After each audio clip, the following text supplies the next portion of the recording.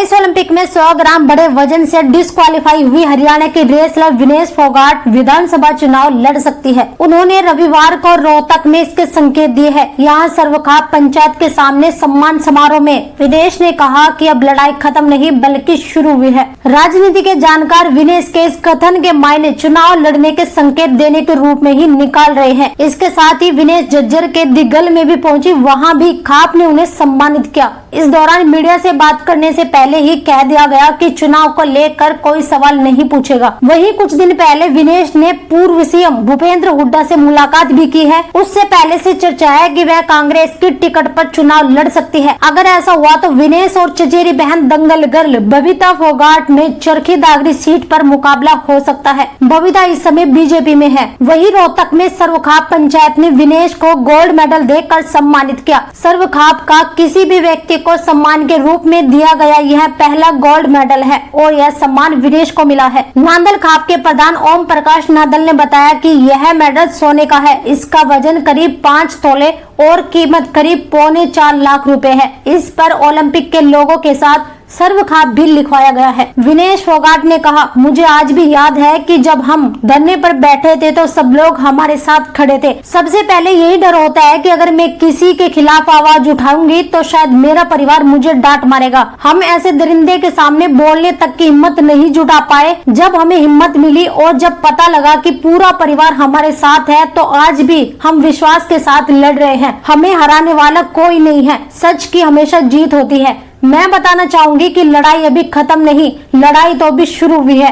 अपनी बेटियों के मान सम्मान की लड़ाई अभी चल रही है। हमारे किसी भी ओलंपिक मेडल से बड़ा हमारी बहनों का मान सम्मान है। हमारी छोटी छोटी बहनें जो खेलती है उनको देखते थे तो डर लगता था कि इनका भविष्य कैसा होगा। मैं अपनी बहनों को विश्वास दिलाना चाहती हूँ कि अब किसी को घबराना नहीं है कुश्ती करने में। आपके सामने आपकी बहन खड़ी है जो दीवार की तरह खड़ी है, आपके लिए रास्ता साफ करने के लिए खड़ी है। आपको कुश्ती छोड़ने का सोचना भी नहीं है। हमारे जो सपने अधूरे रह गए हैं और जो हम नहीं कर पाए उसे आप पूरा कीजिए।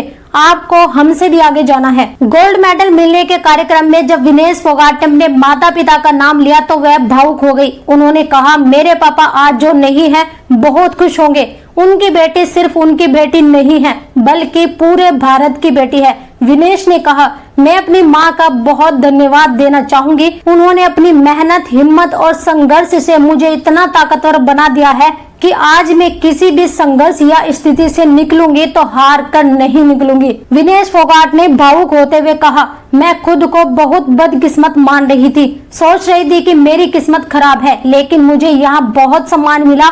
इसलिए मैं अपने आप को मानती हूँ कि भारत में पैदा होने वाली मैं सबसे भाग्यशाली हूँ। विनेश ने कहा, परमात्मा मेरे अंदर इतनी शक्ति बनाए रखे कि मुझसे कोई ऐसा काम ना हो जिससे मान सम्मान पर ठेस पहुँचे।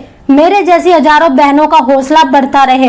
बहुत मुश्किल होता है एक लड़की को आगे बढ़ पाना, लेकिन समाज और परिवार साथ हो तो लड़की कुछ भी कर जाती है।